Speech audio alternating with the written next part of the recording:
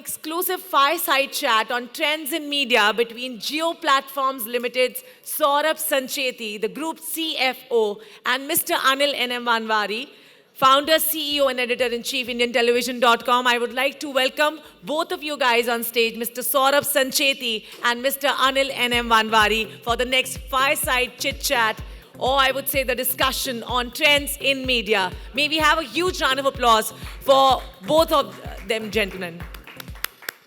All right. Can we have the mic coming on, please? Hello, mic testing. Good morning. You know, we don't get to see this guy very often, Saurabh. He's been driving the entire fortunes of the Reliance Group in cable. Saurabh's a great guy. I'd spoken to him last year online. It's been a year since we last spoke. So what's been keeping you busy over the last 1 year? So thanks. Yeah, this is working. So thanks Anil for having me over. And a lot of exciting things are happening. And it's great to have this forum. Even the discussion previously, which was very eye-opening. And it's good to just have these kind of sessions which try to give a direction to the industry as well. So I'm here largely in personal capacity. Anil is a very great friend. So all the views expressed here are actually personal views. The organization may subscribe to them or may have a different view. So please take that caution.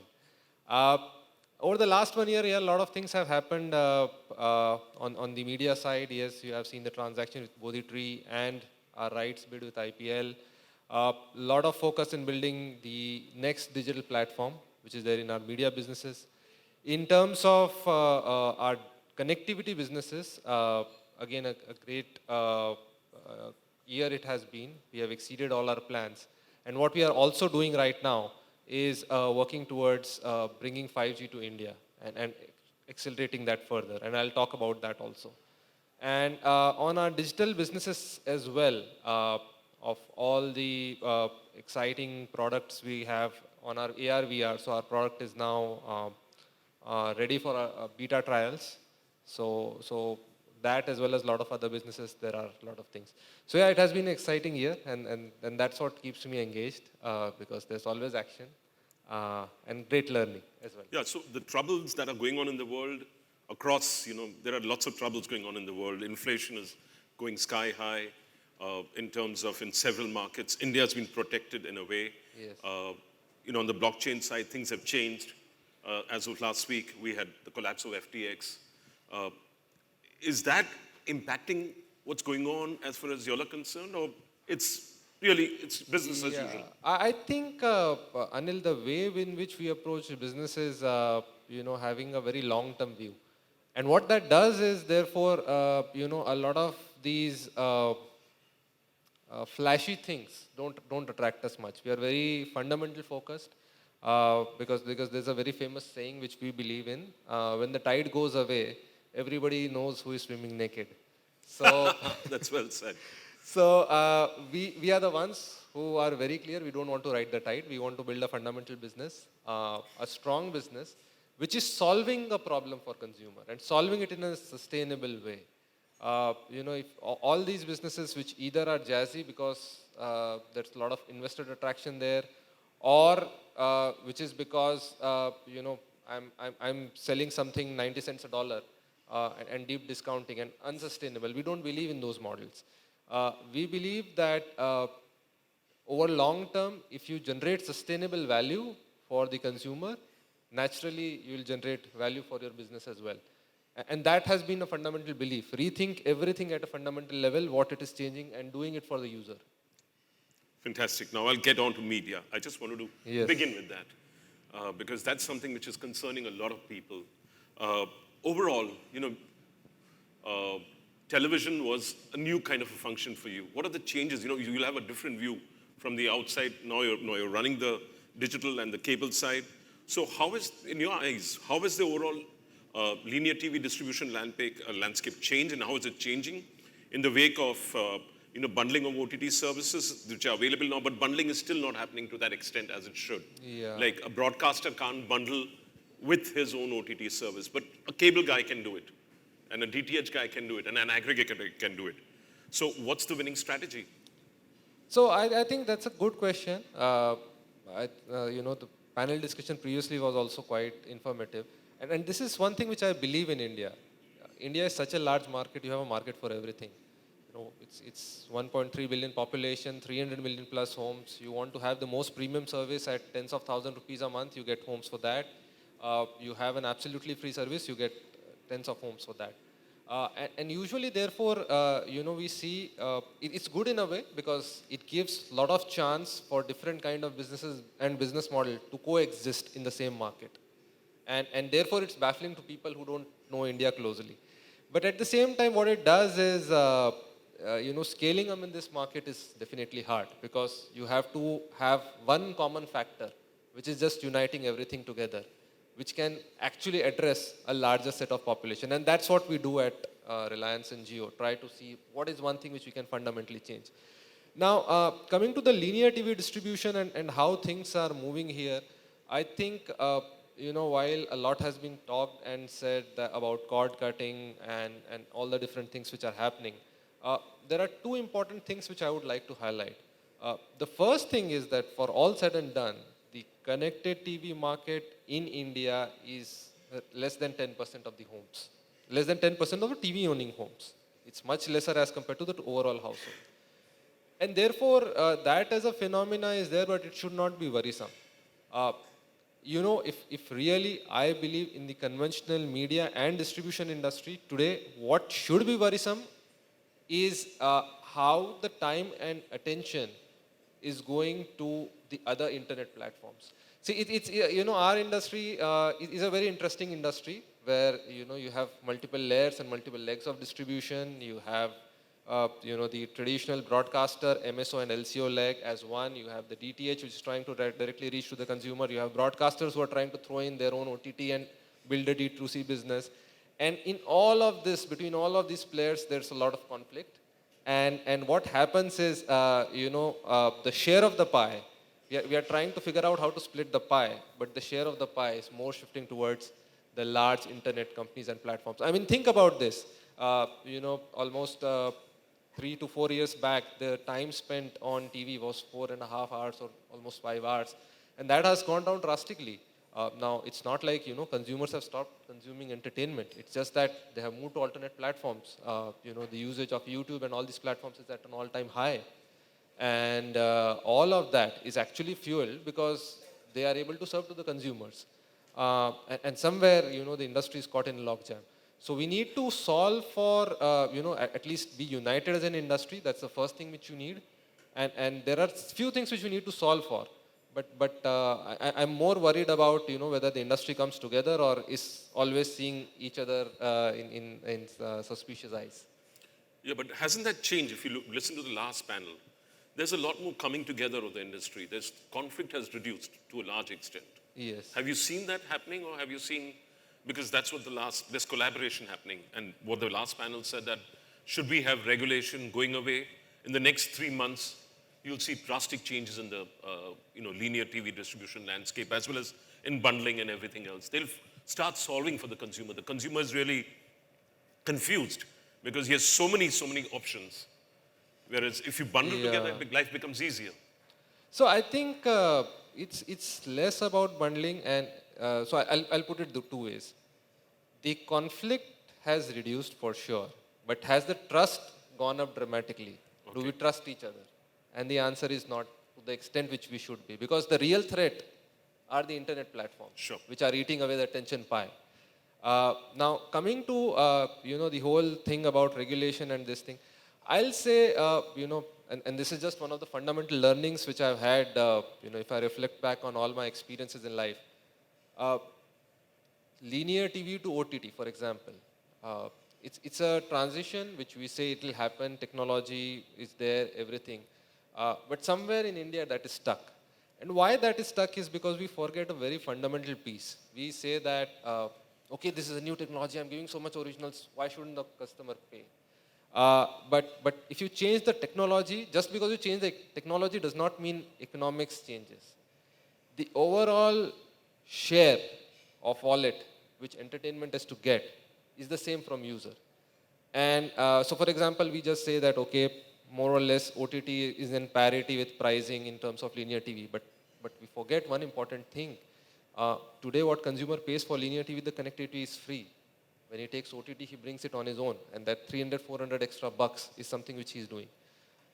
So if you ask me, can't the whole market pivot? It can pivot to OTT, and it is quite doable. The whole thing is, do we have the right model, right distribution for OTT? And two other problems we have for pivoting to OTT. So first is obviously the whole product and the construct in which we are approaching, which is where it remains just a thing which is scratching the surface. There are very few players who are going very deep down in penetration. So product and construct is one. Second thing is the overall connectivity infrastructure as well. Because at the end of the day, if you are an OTT, and India would only have 28 million homes which are broadband connected, then how do you serve at least 100 million pay TV homes? That's the second leg is connectivity. And I think the third leg, which we need to solve for, which is underappreciated, is distribution. Because India is not a do-it-for-me market. It's very hard to have all the Indians transacting online and buying directly. You do need somebody who is on the ground, who is partnering, who understands the consumer and tells, okay, this is what you get. I mean, for example, NTOs happened. How many of us have really gone through the effort of selecting each channel and package? Broadly, we know 5 packages. We just say, okay, this is the highest package, or I need sports, I need English, take this. So that is the role which distribution plays. We should not underestimate the role of distribution as well. And somewhere I think that role has been not been appreciated, what distribution has been doing. Yeah, but let's say networks like City Cable, Suresh is here, they've innovated a lot. So in terms of monetization of video, what other options do you have as far as subscription is concerned? How else can you monetize the content that is being delivered? So I think, again, India is a very interesting market. Today, if you look at the overall revenue pie for video entertainment, it's 2/3 and 1/3. 2/3 of it is ads, and only 1/3 of it is subscription. And the ad pie is not just larger, it's also growing more rapidly in terms of the percentage growth. Monetization will come. Monetization is not to worry. I think what we need to worry is, do we have the right product to the right consumer? And as I said, most important is, we as industry participants today are fighting how to split the pie. What we have to do is ensure that other entertainment sources are not taking away the pie. So it's really important that for example, on the whole content side, how do we get the engagement much more? How do we do it faster? How do we change around things faster? So, I mean, regulation, yes, regulation and barriers are there. Those are a few of the issues. But I say those are still issues which can be overcome. What we need to do is work together as industry and just ensure that the pie stays in the conventional media and entertainment industry. So let's imagine regulation is not going away. So how can the industry come together and get over that hurdle? What's your perspective on that? I think it's more about working together. Usually if you go into a lot of these industry conversations and whenever I go, it's all about, okay, DPOs have done this, cable operators have done this, DTH has done this, broadcasters have done this. Everybody is trying to say that and put it on the other guy. And everybody is trying to think short term, okay, can I get a 10% growth? That's my target. Let me move ahead. What happens next year, we'll see next year. So the long-term approach in the industry, and which is sad, is not there. So if somebody can think long-term and people can work together, that is what is required. So can you, if you don't mind, if you don't want to, don't answer, but what could this long-term approach entail? So I'll tell you, for example, a lot of these things on free dish. So, we always say, oh, but what about my ad revenue? But we have been off and on. We say that, okay, I do an experiment in 6 months, the whole market should migrate to pay TV. But it does not work like that. Anything worthwhile takes time. So, if there can be a long-term commitment to say, okay, pay TV is what I want to grow. And this is a strategy. And just, the top players sit together. I'm sure they can find a way out. I'm not here to give answers, but I'm clearly here to point to the problems. And in between all of this, see, it's the whole thing which we used to see, right? Two monkeys are fighting, and then they go to a cat, and it is the cat who eats the pie. They eventually don't get the pie.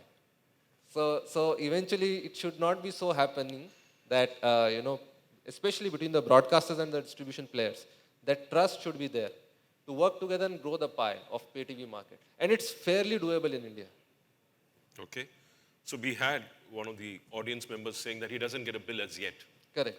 So that on the distribution side, Winsley very nicely said, you come and take on a subscription, you'll get the bill, you'll have to pay every month. So at that fundamental level, isn't that the distribution, last mile distribution person's responsibility to make sure that it does happen? I think that probably transparency. again, having this bill or not bill is lesser of the issue. Because, if you just ask, there are larger problems to solve for. As a consumer, there's a rate which is fixed. You are supposed to pay. If you don't like the provider, switch the provider. It's as easy as that. Switch the provider. Today there are a lot of options. Today there are a lot of options where people would pay you directly. As a consumer today, your biggest challenge is that not that I'm not getting a bill or this thing, because eventually yes, you are paying out of your pocket. And Yeah, but the government is losing revenue. the, Because the government is not losing revenue, because see, eventually all the large players are on a prepaid billing, and all the tax is properly collected and paid. Broadcasters are getting all the money very clearly done. Where I think again the short-termism is coming is trying to support the smaller players with lower compliance just to think about some incremental revenue for this thing. Okay. But that I'm sure again, Over time it will we are get- a broad- it will get over time broadcasters would realize, and we also run a broadcasting house, so they so, also and as a agree. distribution player also, you'll make sure that it gets cleaned Correct, up. correct. So it's a I process think of cleaning up. that's a lesser of worry. If you ask me about getting a bill or not, that's lesser of a worry. The larger worry is, as I said, how to ensure that the pie stays within the same players. How to ensure that no new guy is eating away this pie. And it has been happening, the new guys are eating away. Yeah, that is, the fangs you have see, been, you the see fangs the, have you see been the great. time, you see the time spent. Yeah. Eventually, what you can monetize is customer attention. That's the only thing. Be it digital or physical world. Yeah, and going Everything is monetizing customer attention. Yeah. And if attention is going away from our conventional TV industry, we are losing the whole pie. forward, absolutely. So the role of 5G in video content distribution, what's going to be the role of 5G? Will it be a game changer, or is 5G first going to work on? I'll just say that, why 5G and why we thought about 5G. So typically, when we always do this, there was a 2-day conference at Mr. Ambani's place, and we all brainstormed together as to what 5G will do and why 5G, should we do 5G, and this is the right time and up to what scale. And one very key message which came out from that is we always embrace technology. We always try to say, okay, what technology can do, and rather than somebody else trying to disrupt us, we try to disrupt ourselves. And a larger part of thing what we saw there was, apart from a better experience on mobile, it's largely also about the fixed line connectivity in India. Now, fixed line connectivity in India, just think about it. Today, we have 300 million homes and we have 29 million connections. It's a 15% penetration. Do you know what the penetration in Nepal is? Probably- Nepal, which is at half of our per capita income. It's a, 80%? It's almost 50%. Okay. So it's almost thrice in terms of the penetration. In India, the fixed line penetration typically has been a challenge because of the infra. And infra rollout has been challenging because of, again, the right of way rules and all the complications which come with it. What 5G will do is, with this fixed wireless access and ability to give a fiber-like experience at home, this would truly revolutionize the home connectivity. And therefore, at least 50, 100 million homes would migrate to the whole connectivity. So I see that, as I said, one of the key pillars, one was product. Product is for the content owners to solve. Second was distribution, where the distribution guys, I'm sure, will work with the content producers and play a role. And third is connectivity, because at the end of the day, if everything has to move to on demand, then you need connectivity, which is going to happen with the whole 5G rollout and Jio leading the play. Absolutely, but I see a lot more utility coming in B2B applications, a lot more with 5G. And that first phase will be the B2B side, if I'm correct. B2B and B2C both, as I said, largely the home connectivity. So obviously SMBs also will get connected, and Yeah. therefore all of their transactions can go digital, and their digital presence would be built. Uh, this is something which I think can add at least 1.5 percentage points to our GDP in the 3-year term. Wow. But homes per se also, it's a very big opportunity for entertainment players that all of this connectivity is happening, and this is the right time to align the other two pieces also and just capture these homes. Fantastic. So we are seeing a lot of consolidation happening in the M&E environment. So can you throw some light on the consolidation? How do you see it from your side, your perspective? And as we said in the beginning, these are your personal views. These are not the group's views. I think there are two sides. One is the content producers and one are the content distributors. So on the distributor side, it has been consolidation has been, the situation is more or less the same. There are a lot of new entrants, but yeah, the older ones are holding on to the market share. I think what is happening on the content producer side is some consolidation is happening, which per se, as long as the guardrails are there, is not bad, because a larger size company can definitely invest more, and content and entertainment is all about investing ahead of the curve. I think so. From a DPO side, all of this, as long as it is properly regulated to ensure that the monopoly power is not misused, it's a welcome move. Okay, you welcome it. Uh, in terms of on the DPO side, what does it mean in terms of, especially you look at the large ones and you have the Yeah. large DTH players, then you have the large MSOs, then you have smaller MSOs. What does it mean for them? I think, see, the large players definitely would have lesser of an impact because they also have the size to their things. For these small MSOs, definitely, the ones which are very small, the independent ones, for them it doesn't matter because anyways, there's a lot of compliance issues which they generate, and it's a boom and bust cycle which they go through. Every time five head ends mushroom up, and then 3 die down and 2 continue. So that will continue. I think the mid-tier ones which have some compliance but not the scale, they are the ones which may be affected. But as I said, I'm sure that everybody would work together to ensure that they also don't die, because at the end of the day, if there is nobody left to distribute, then who would you be distributing to? Sure. So I'm sure that people would take a long-term view there. Yeah, so Vinsley was talking about how he's providing education, partnering with Tata Class Edge in places like in Jammu and Kashmir. So broadband over satellite versus fixed broadband. Uh, what is your perspective in terms of advantages, disadvantages? What are the benefits, etc.? I think what we typically do is, whenever we have to look at where India would be in next 5-10 years, we try to look at what US has done, and therefore the same thing would continue in India. And the satellite broadband is picking up in US, and we say that, okay, same thing would happen in India.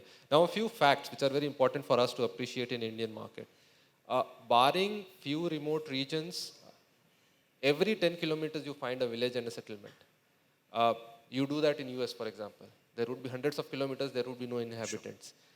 The population density is so high in India that today 99% of the population is already covered by 4G. You already have a working broadband in one way or the other. With the 5G, the home connectivity and broadband also would be revolutionized.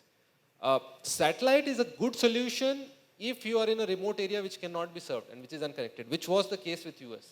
Because if you have a landmass of the size of US and only 300 million of population, which is so sparsely populated, you get a lot of areas which are unconnected. Satellite is good for landmass coverage in areas where there is little telecom connectivity. In a very well connected telecom market like India, there is little role for satellite to play. Having said that, satellite would still be there, but I don't think that, just because satellite is there, it will take over the whole telecom market. In fact, the cost to serve on a satellite is much, much higher. It's 100 times higher as compared to telecom. It's a factor of 100. And second thing is that, the whole latency and experience also is poorer in terms of the average speed which you get, or the latency of hundreds of milliseconds which you get. that also can't be matched. So I think in India, telecom connectivity is there, which will sustain forever. Satellite would be there, but in very few pockets of some very remote areas. But otherwise, it will be mainstream would be telecom But you have so connectivity. many LEO projects which are looking at India to serve India. You know, the thing with LEO is, so you have three kinds of satellite systems. You have GEO, which is Yeah. geosynchronous, locked to the point in Earth. You have MEO and you have LEO. Sure. Now, the thing with LEOs is anybody who is rolling out a LEO network for any country, say even US or Europe or Australia, for example, Australia is a great use case for satellite. Uh, the issue is because this satellite moves at a rate faster than Earth because it's in a lower Earth Sure. orbit. It moves, it rotates faster, it completes rotation faster. So therefore, invariably, you have to serve whole of the globe. Otherwise, there would be dark patches, times during which your satellite coverage won't want to be there. And connectivity is such, its utility, you need it for all times. So therefore, I think all the LEO operators are not building a use case for India or a business case for India. It's just that they have the compulsion to cover the globe because some satellite would have to be over India at some point of time so that it can cover US at later point of time. Remember, the satellites are rotating Sure. faster than the Earth. Where they are trying to see if a business case can be made in India. But again, at the current economics, both in terms of capex, opex, and even the experience, it's very hard to break through in India. So we are seeing fixed and wireless broadband being Will be the primary source of connectivity even for the next 10 years. okay, great. And also then, I've talked about this with you in the past, and I've talked to a lot of cable companies also that, we need to have a lot more localized content. What really exploded the US cable markets was college sports. In India, we haven't had that phenomena, though Star has been working on certain, not mainline sports like cricket, but other sports like soccer, like kabaddi, etc. And they've grown the market in that way. But the Indian consumer switches on, switches off when the major sports activities are over. So localized content is very crucial. Well, we are starting to Amazon and Netflix and and even Disney Star itself is doing localized content. But absolute hyper-local content is not being done. News stations are attempting it, but we are not really going down and serving the consumer at the last mile to that extent. So what's your view? So obviously there's a regional content where we already have reach. Localized is more at a city or suburb level. And this is where again, I say that media and entertainment industry always is not looking at the real elephant in the room, which is the internet platform. They have gone to individual content. If anybody today can open a channel, make a video, live stream his things, and that is what people are using today. What is happening is that, we are thinking localized, things have already gone to individualized. Now, that is the real elephant in the room. How do you capture, counter that platform? In localized content, therefore, again, there's a lot which can be done, but the whole process needs to be rethought as to what the business model would be, how to cover it, at what point does it make sense. But I just wanted to bring that point that people or the industry or the user has actually gone to individualized level. We are thinking localized. People have gone level below. Yep. By platforms which we don't think are our competition, but they are. Yeah, but the monetization is restricted to the individual, and it's not being done in a very professionally organized I manner. agree. So therefore, some of the So there is an opportunity there, Anil. There is clearly an opportunity there, but I'm just trying to say that when we were asking this question, and when I was also thinking, the first thing which came to my mind is, oh my God, I missed the elephant in the room. Yeah. So what opportunities do you see? Your guys, at your own cable networks, do you see your networks actually showcasing these individualized influencers at some stage? Yeah. We do have this thing. I think what is also happening is that everybody, because eventually there is a cost involved. The equation which we are trying to solve for is how do we figure out a monetization model? Because, so for example, there's a tournament happening in BKC area, and I know a lot of people around would be interested in watching it. How do I monetize it?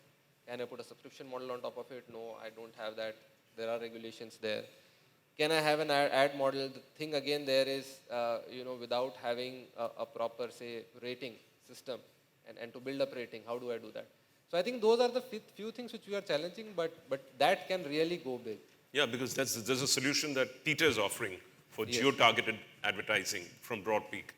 Hopefully, we get enough numbers for it to work. Hopefully yeah, but coming back again,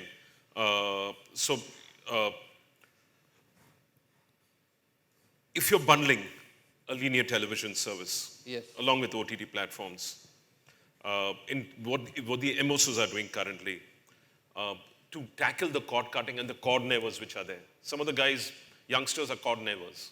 They're not even forget cord cutting, they're cord nevers. What's your prescription to curtail that a bit? You know, if we can get more and more people back into the ecosystem of paid television, of traditional video distribution, apart from, of course, wireless and all of that. So honestly, I don't have a prescription for it. As I said, largely the industry has to transform itself, transform how the way it is viewing the consumer and the product. OTT, especially on the product and pricing side, a lot needs to be done.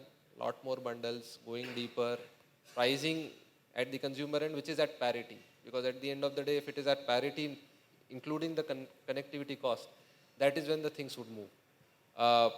Those are the few things which we, if we do well, it would happen. I think we should be less worried about the migration from linear to OTT. It's march of technology; it will continue.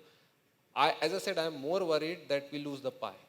In the media and entertainment industry, we need to keep the pie to ourselves. It should not so happen that slowly the attention, time spent by user is moving from our platforms to the newest digital platforms. And I'm talking this again in personal capacity. Yeah, but technology has already, Google's one of the largest media companies in the world. Facebook's taking away a lot more revenue than many other companies. It's already happening. Correct. So is Google a technology company? Is Google a media company? Is Facebook a technology company? Is it a social network? The lines are blurred. Meta. Call it Meta. Okay. Sorry. Lines are blurred. So it's very difficult to say. It's the same thing, right? If you were in, say, Kodak, and you were making fantastic cameras, and you were just thinking what Nikon is doing, and you thought Nikon is your competition, and suddenly you got wiped off, and then you realized, oh my God, Nokia is my competition because the smartphones are killing it. But it's too late to realize. That should not happen to our industry. Yeah, but telcos have already taken over. If you look at the US ecosystem, Comcast, Charter, they're in telephony, they're in all kinds of different, so there's a merging happening of capabilities. So the convergence is happening for sure. But as I said, sometimes who is your competition is very important because that is what defines you. So like I said, for example, and it's touching in multiple aspects, be it individualized content, localized content, the time spent. There are a lot of signals here that who is our competition. So I'm just here to first articulate who is our competition. And our competition, what we are fighting for is not, trying to share a share of wallet, what goes between a distributor and a broadcaster, but first of all, share of time. How do we get the user to spend time more? How do we give the right programming, the right services to right user? And the right price. At the right price. Okay, great. I've done my bit. Any questions from the audience? Once 5G gets rolled out, the plan is to migrate the fixed home users to, and look at numbers of 125 million, right? So my question is... Identify yourself, please, first. Yeah, I'm Satish Pujari from Next Digital. Okay. And so what I would like to know is, in terms of timelines for the 5G rollout.